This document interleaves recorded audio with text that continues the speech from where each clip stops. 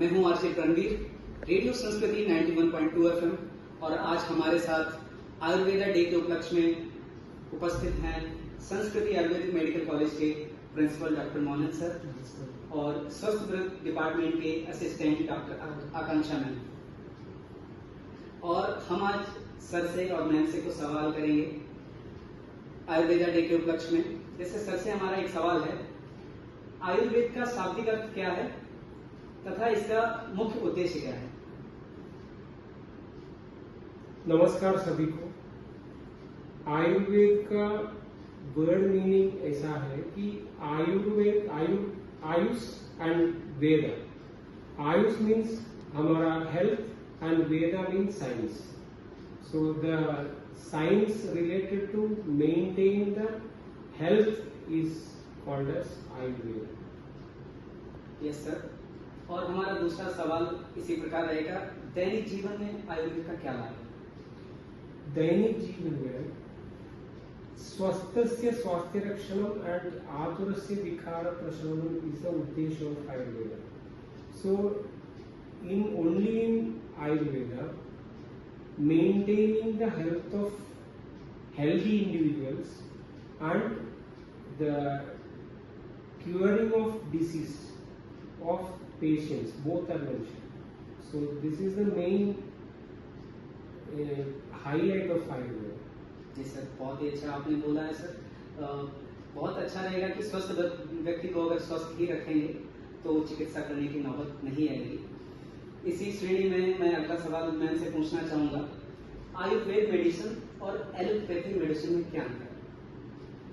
आयुर्वेद और एलोपैथी दोनों अपने ही जगत में बहुत ही प्रचार प्रसार कर रहे हैं और ये दोनों ही अलग अलग प्रैक्टिस हैं। इन दोनों का अलग अलग इम्पोर्टेंस है। जो आयुर्वेद है उसको that is a science of life, means कि उसके साथ हम अपनी जिंदगी जीते हैं और स्पेसिफिकली आयुर्वेद में हम प्रिवेंशन पे ध्यान देते हैं। लेकिन जहां आप एलोपैथी की बात करें तो एलोपैथी में जब हम बात करते हैं तो वो ज्यादातर जो इमरजेंसी मेडिसिन है वहां पर काम आती है। अब हम भी एक आयुर्वेदा चिकित्सक हैं, लेकिन हमें भी ये मालूम है कि जब भी कोई पेशेंट अगर हमारे पास आता है तो हमें उसे किस समय पर उसकी डिजीज की कौन सी स्टेज है, जिस स्टेज में हमें उसे आयुर्वेदा प्रैक्टिस करवानी है, आयुर्वेदा मेडिसिन देनी है और किस स्टेज पर हमें उसे एलोपैथी में रेफर करना है। तो दोनों ही पैथीज एक दूसरे के अगेंस्ट काम नहीं करती हैं, दोनों ही पैथीज एक दूसरे के साथ काम करती हैं।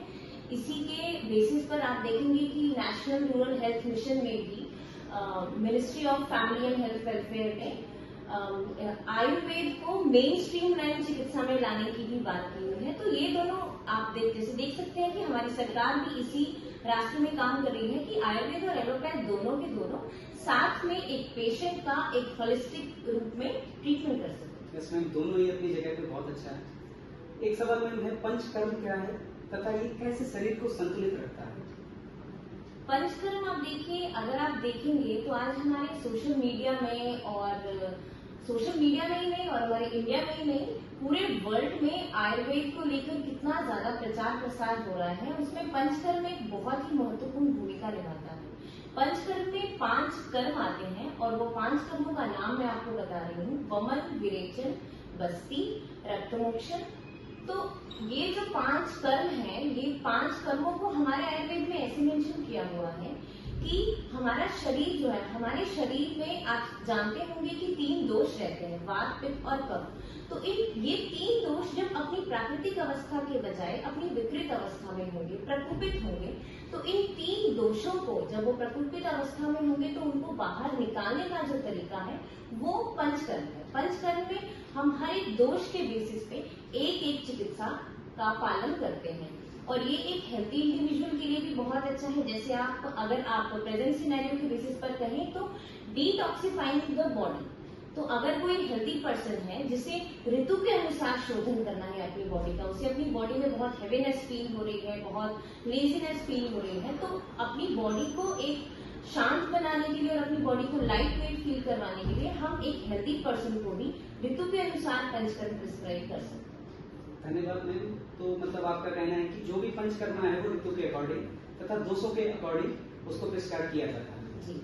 हमारा लास्ट क्वेश्चन यही होगा कि युवाओं के लिए क्या महत्वपूर्ण है और वो अपने दैनिक जीवन में कैसे प्रयोग कर सकते हैं? देखिए, आयुर्वेद के बारे में जैसे सर ने भी बताया, स्वास्थ्य से स्वास्थ्य रक्षणम, मातुरस्य से विकार प्रशमनम। तो पहला प्रयोजन है स्वास्थ्य से स्वास्थ्य रक्षणम, और उसके लिए सबसे पहले जो हमारे स्वस्लित में भी और आचार्य चरक में भी सूत्र स्थान में बताया हुआ है, दिनचर्या का पालन करना। तो दिनचर्या में सारी वो एक्टिविटीज है जो एक हेल्दी पर्सन फॉलो कर सकता है। तो युवाओं के बेसिस पर अगर आप देखें तो आप जानते हैं कि आजकल कितना ज्यादा फास्ट जमाना हो गया है और हमको फोन, टैबलेट्स और लैपटॉप्स का कितना ज्यादा यूज करना पड़ रहा है, जिसकी वजह से आंखों में बहुत ज्यादा स्ट्रेन होता है।